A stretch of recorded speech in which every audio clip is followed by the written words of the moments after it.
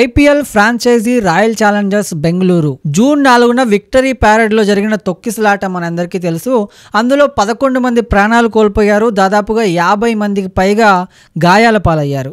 And ఇక్కడ గాయాల పాలైన వాళ్ళు కానీ చనిపోయిన వాళ్ళని కానీ వీళ్ళంతా అమాయక ప్రజలు. క్రికెటర్లను చూడడానికి కానీ ఆ విజయోత్సవ ర్యాలీని చూడడానికి కానీ వాళ్ళందరూ అక్కడికి వచ్చి ప్రాణాలు కోల్పోయారు. మరి ఇక్కడ నిర్లక్ష్యం ఎవరిది అనే దాని గురించి మనం మాట్లాడుకుంటే పోలీసులది అని చెప్పలేము.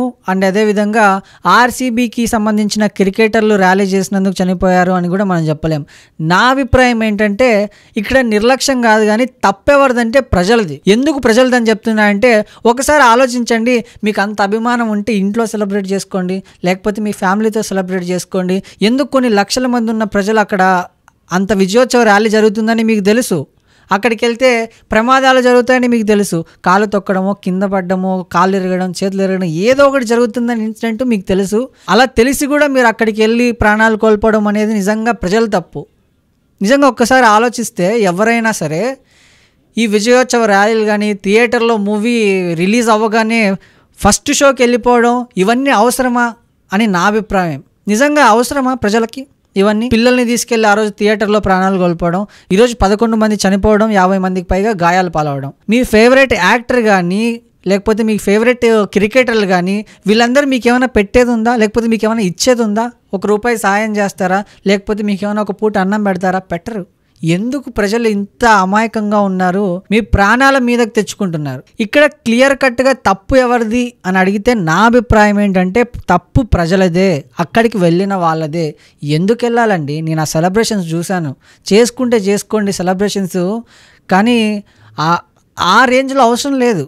ఇంట్లో చేసుకోండి, లేకపోతే రోడ్ల మీద తిరగడం, బైక్లు వేసుకొని ర్యాలీలు చేయడం, టపాసులు పేల్చడం, నిజంగా ఆ స్టేటస్లో అవన్నీ నేనైతే చూడలేకపోయాను. నిజంగా నా అభిప్రాయం ఏంటంటే పక్కా ప్రజల తప్పే, ప్రజలదే తప్పు. అయితే బెంగళూరు పోలీసులు కేఎస్సీఏ పైన అండ్ ఆర్సీబీ పైన కేసులు అయితే బుక్ చేశారు. అండ్ కర్ణాటక హైకోర్టు కూడా దీని మీద తీవ్రంగా మండిపడింది. ఏ రేంజ్లో అంటే ఏజీని క్వశ్చన్ చేసింది, అసలు ఏం జరిగింది, ఎందుకు చేశారో అలాగని. అండ్ అప్పుడు కర్ణాటక పోలీసులు ఆర్సీబీ పైన కేఎస్సీఏ పైన 5 సెక్షన్ల కింద అయితే కేసులు బుక్ చేశారు. అండ్ జిల్లా మెజిస్ట్రేట్ జిల్లా మెజిస్ట్రేట్ జగదీష కేఎస్సీఏ ఆర్సీబీకి వీటన్నిటికీ నోటీసులు అయితే పంపించారు. అండ్ ఎంత వీలైతే అంత తొందరగా వితిన్ 15 days లో ప్రభుత్వానికి అసలు ఏం జరిగింది అనే నివేదిక అయితే కంపల్సరీ ఇవ్వాలని చెప్పారు. అండ్ ఇక్కడ ట్విస్ట్ ఏంటంటే హోంమంత్రి మీడియా ముందుకొచ్చి ఆర్సీబీ జట్టును బెంగళూరుకు తీసుకురామని మేము కోరలేదు, వాళ్ళంతటి వాళ్ళే వచ్చారని చెప్పేసి మీడియా ముఖంగా స్పష్టంగా చెప్పాడు. అండ్ మొత్తంగా ఈ కేసు అయితే సిఐడికి అప్పచెప్పారు. సో సిఐడి ఈ కేసుని ఎలా టేకప్ చేస్తుంది, ఎటువైపు తీసుకెళ్తుంది, నిర్దోషులుగా ఎవరిని ముందు పెడుతుంది అనేది చాలా హాట్ టాపిక్గా మారింది. ముఖ్యంగా నేను చెప్పదలుచుకునేది ఏంటంటే ప్రజలు, అమాయక ప్రజలు ఎవరైతే ఉన్నారో, మీ ఫేవరెట్ హీరో కానీ క్రికెటర్ కానీ ఇంకెవరైనా కానీ, మీరు ఆ విజయోత్సవ ర్యాలీలు అని చెప్పేసి వాళ్ళు వచ్చారు, ఎమ్మెల్యేలు ఎంపీలు వచ్చారు, వీళ్ళు వచ్చారు వాళ్ళు వచ్చారు అని చెప్పేసి ఆ రోడ్ల మీదకి వెళ్ళి మీ ప్రాణాలు మీరు పోగొట్టుకోకండి. జాగ్రత్తగా ఉండండి, ఇంట్లో ఉండండి. మీ అభిమానం ఏదైనా ఉంటే మనసులో పెట్టుకోండి, లేకపోతే వాట్సాప్లో స్టేటస్ పెట్టుకోండి, ఫేస్బుక్లో స్టోరీ పెట్టుకోండి, ఇన్స్టాగ్రామ్లో పోస్టులు పెట్టుకోండి. అంతే తప్ప రోడ్ల మీదకి వెళ్ళి కాళ్ళు చేతులు ఇరగొట్టుకోవడం, ప్రాణాలు పోగొట్టుకోవడం ఇలాంటివి చేయకండి. దయచేసి చాలా జాగ్రత్తగా ఉండండి.